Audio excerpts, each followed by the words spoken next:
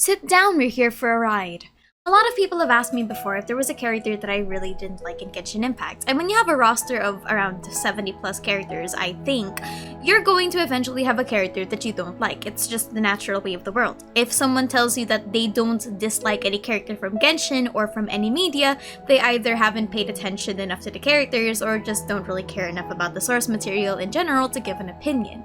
And because I want to be honest and frank, I want to talk about a character that has really grinded my gears ever since she was released. I do not like Kokomi, but not really for Kokomi herself. I think that her personality is relatively nice. I think she's a greatly designed character, and I absolutely love her combat kit. My only problem with her is what she represented at the time when Inazuma was released. Kokomi is the epitome of failed potential and honestly really bad writing from the point of view of Genshin. And this is very jarring because Kokomi was actually one of the main players of the Inazuma Arcade Quest. And right now, she is one of the characters that when you think about, you just kind of go, oh, well, yeah, she happened. Kokomi is a product of her time. And while Genshin Impact's writing did improve, Kokomi never did. And here are my personal reasons why I don't like Kokomi's characterization in Genshin, why I think she's a failed potential, and honestly why I think she could have been done so much better and why she deserves so much better. She's so cute. Number 1, the reason that I don't like Kokomi is that she was a character written to be strong and perfect and embodies the quote-unquote strong women stereotype in authority, yet has shown no progress in that kind of development. When you have a character that is being hyped up as this tactician, this intelligent person in the background, you're obviously going to want to ask, okay, so what did they do? The problem with Kokomi is that she never exhibited any of those traits. When you have a character that's supposed to be a war general and someone that's in the front lines, you do want to make sure that she at least has a bit more brain cells than accepting a letter from a mysterious source to give out weapons to her crew. It's perfectly fine for characters to have flaws, but you cannot give them first and foremost without giving a justification to why they're so revered.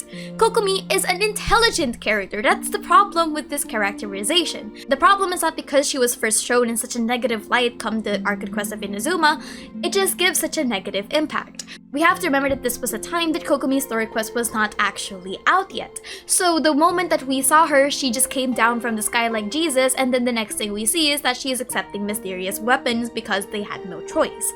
We never got to see the side of her that was actually smart, cunning, and overall intelligent. And the problem is that Kokomi is actually really smart. She is the epitome of show, don't tell. Everyone is looking to her for reverence, everyone's looking to her for guidance, not just because she's the divine priestess, but also because she's actually supposed to be smart.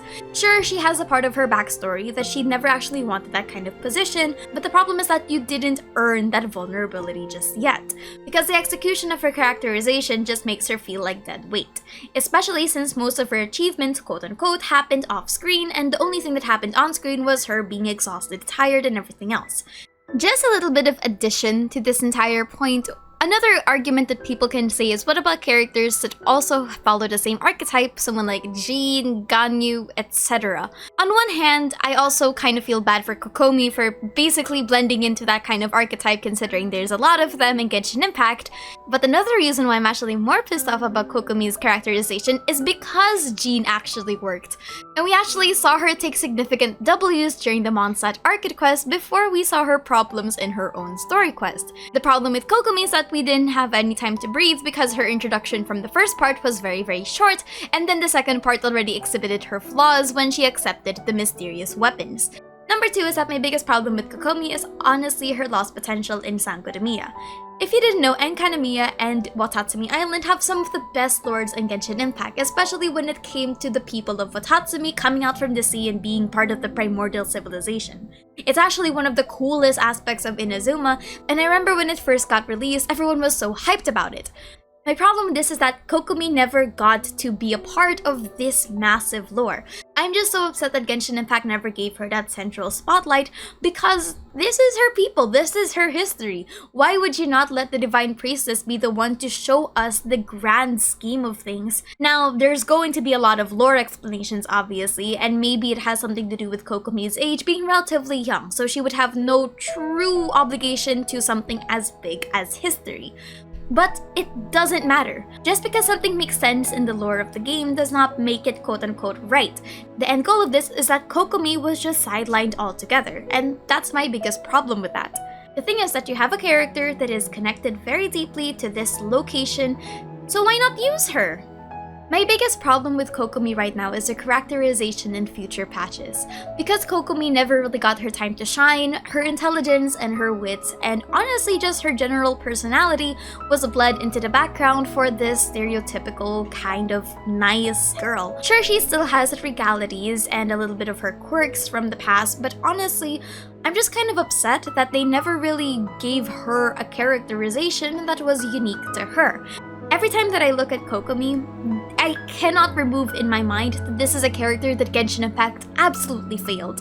I would have been perfectly fine if her significance in Inazuma was something along the lines of Hu Tao, Xingqiu, Chongyun is to Liyue, but she's supposed to be one of the more pivotal characters in Inazuma, and I'm just kinda sad. Whenever I look at Kokomi, I just kind of see a husk of a character. I'm sure that they had a lot of great ideas for her, but maybe because of just how short the Inazuma Arcade quest and just how insignificant the Watatsumi people were in the end, just kind of make me really upset.